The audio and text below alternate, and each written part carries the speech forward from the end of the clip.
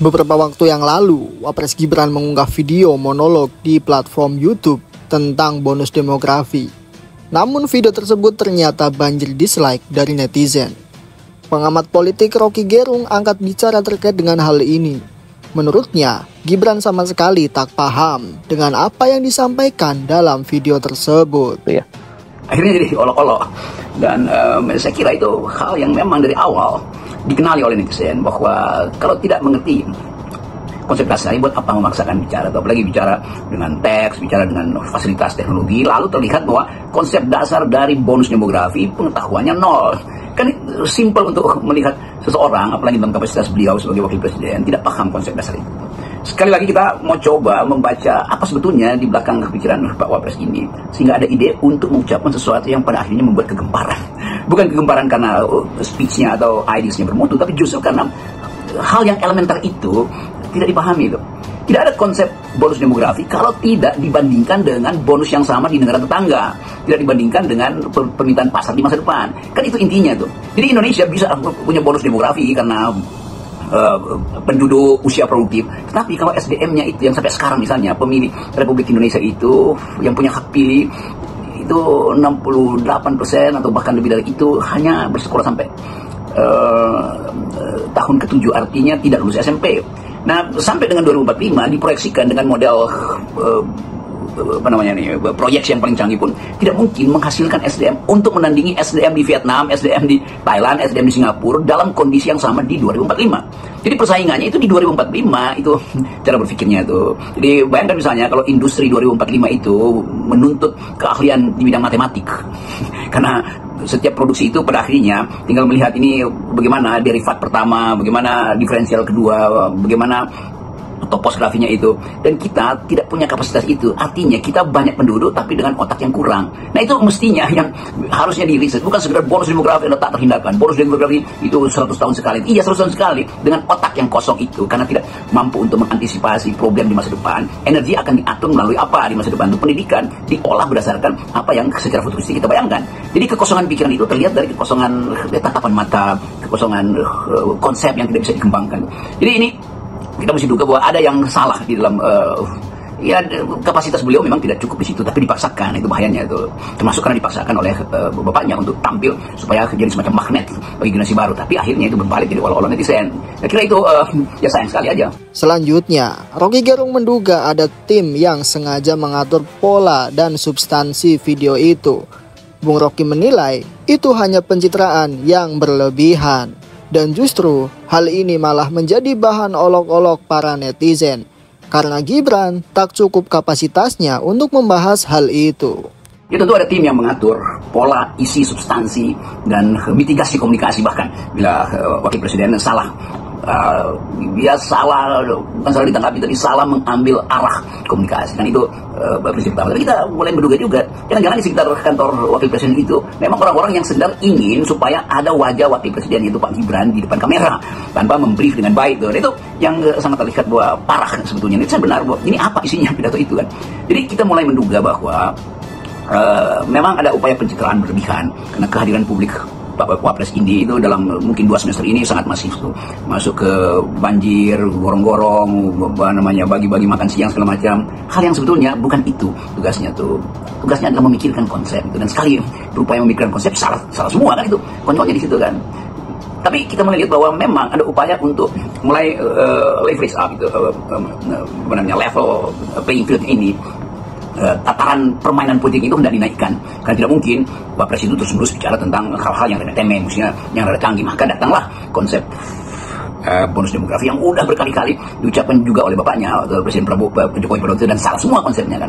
Jadi kelihatannya tim komunikasi mau menaikkan kapasitas, tetapi mestinya memang nggak bisa nyampe, nggak bisa ke Honda BB itu dipasang untuk menggerakkan motor gede yang bobotnya mungkin 200 kg kan. Itu masalahnya ada di situ tuh.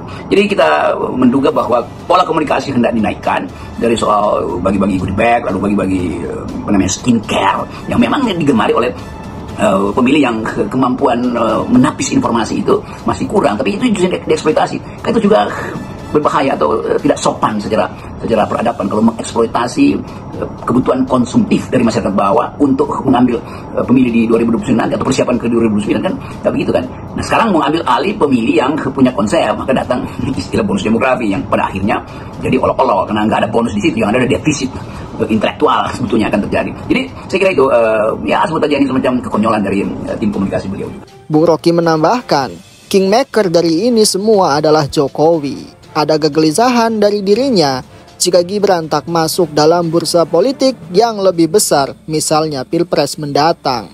Maka dari itu, ada upaya backup habis-habisan dari Jokowi untuk anak sulungnya. Kita coba melihat sebetulnya arah dari politik dinasti Jokowi. Kan ini terkait dengan persiapan untuk membentuk Pak Gibran ini sebagai tokoh yang hendak diajukan dan dengan keinginan kepastian diajukan di 2029 untuk menuntun Indonesia menuju 2045 misalnya kan.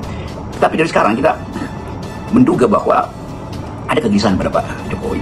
Kalau Gibran tidak dipersiapkan, kalau Gibran dipersiapkan dengan tanggung, kalau tim yang dibentuk oleh Pak Jokowi untuk meloloskan Gibran masuk di dalam playing field yang lebih konseptual itu, akhirnya menemukan bahwa nggak bisa dipoles kayak begitu. Jadi ada frustrasi juga di dalam timnya Pak Gibran untuk menyodorkan beliau sebagai figur. Karena yang mengintai komunikasi politik Pak Gibran itu kan netizen yang juga hari-hari ini merasa bahwa saya juga bisa kok kalau cuma asal ngecap-ngecap. Emang gue nggak mampu melebihi beliau walaupun foto beliau ada di semua gedung. Jadi itu yang ada di dalam batin netizen. Jadi ketika isu ini masuk ke publik, netizen akhirnya tanpa disuruh membuli Pak Wakil Presiden kan. Karena beliau Wakil Presiden disimbolkan punya konsep ternyata zong kalau kata netizen itu. Jadi sekali lagi kita harus hubungkan ini dengan ambisi Presiden Jokowi, yang mantan Presiden Jokowi tentu saja, untuk membackup habis-habisan Pak Gibran ini, dan ternyata nggak bisa itu. Kenapa? Karena ingatan publik terhadap Presiden Jokowi sendiri masih masih nyinyir kira-kira tuh, karena kok dipaksain jadi wakil presiden, dipaksain jadi wali kota, dipaksain jadi macam-macam itu. Dan politik itu tumbuh di dalam ingatan sebetulnya, memori kolektif bangsa ini masih mengingat betapa ada pengkhianatan di dalam konstitusi, dan ingatan itu dibungkus setiap hari oleh isu yang makin lama makin tebal, yaitu incapacity dari wakil presiden. Karena orang tunggu wakil presiden selama 6 bulan ini tidak pernah memimpin rapat strategis, tidak pernah mengkoordinasikan satu upaya untuk mempercepat sebut aja pemerataan ekonomi itu. Dan mungkin memang Pak Prabowo menganggap bahwa ya tugas wakil presiden tidak mungkin kapasitas itu dimintakan dari beliau, sebaiknya menteri-menteri aja yang lakukan. Tapi juga dalam simbol kenegaraan mestinya ada semacam public address dari wakil presiden untuk bidang yang lain, misalnya kebudayaan, kesenian, hal-hal yang menyangkut perkembangan ilmu pengetahuan. Tapi dia nggak mampu di situ. Jadi netizen di dalam benaknya menganggap ini orang nggak punya kapasitas, tapi dipaksakan oleh siapa? Ya oleh tim suksesnya. Tim sukses melakukan apa? Ya karena diperintahkan oleh ayahnya, yaitu Pak Joko Widodo. Kan itu psikologi yang berkumpul, berakumulasi, lalu tidak bisa lagi dikendalikan, dipaksa untuk mengucapkan sesuatu yang konseptual, yaitu bonus demografi. Seolah-olah bonus demografi itu cuma istilah teknis biasa. Oh, itu istilah di dalamnya itu ada soal psikologi, ada soal sosiologi, ada soal ekonomi tentu saja. Tapi ada soal pendalaman filosofi, the thing called bonus itu apa artinya tuh?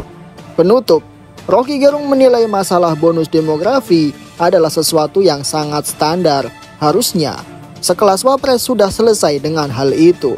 Namun, Gibran justru oleh timnya disodorkan sebuah teks bacaan yang justru membuatnya terlihat sangat konyol. Kan terlihat psikologinya itu gugup dan berupaya untuk fokus, tetapi dia fokus pada huruf, bukan fokus pada ide. Karena di depannya pasti ada teleprompter atau apapun. Kita tahu bahwa kalau satu konsep selesai di kepala, maka pakai fasilitas apapun itu terucap sejernih apa yang ada di kepala itu. Lain kalau teks itu ada teks kenegaraan yang harus ada arsipnya, maka harus dibaca tuh. Tentu orang semacam Pak SBY itu selalu ada teks resmi yang dia tahu ini ada dokumen negara, maka dia harus tulis itu tuh. Itu officialnya harus begitu. Tetapi di luar kepala Pak SBY paham tentang istilah-istilah, tentang konsep-konsep global security, environment, government, military efficiency, macam-macam tuh. Dan karena itu dia dengan fasih mengucapkan itu. Nah, kita melihat bahwa bonus demografi itu adalah konsep yang udah standar. Tetapi justru karena dia standar, maka seharusnya di kepala wakil presiden itu sudah selesai, kan begitu. Ketika dia baca teks, maka terlihat dia betul-betul hendak mendefinisikan itu berdasarkan sesuatu yang dipaksakan untuk dia kenali oleh tim suksesnya. Ini loh, ini namanya definisi politik yang salah semua kan. Jadi kalau orang paham konsep, dia akan bilang apa ini yang kalian bikin di teleprompter, di teleteks itu nggak ada salah semua. Itu saya lebih tahu di kepala. Kan mesti begitu, secara diam-diam. Tetapi Pak Wapres memang kelihatannya memang juga konyol, karena mau memanfaatkan teknologi yang seharusnya membantu dia menjadi lebih fluent, menjadi lebih lega untuk berada di depan telepon, tetapi dia justru tegang. Maka netizen lalu mulai mengulik-ulik, ini artinya dihafal lagi kan, itu soalnya. Jadi saya untuk fairness saja bahwa netizen berhak untuk mencecar itu, dan kesempatan untuk menguji kembali kapasitas wakil presiden kita ini akhirnya mulai terbaca bersamaan dengan ujian publik terhadap kejujuran ayahnya. Gibran kebingungan saat ditanya wartawan. Mas, apa rencananya Mas untuk menstabilkan harga ini? Temen ya?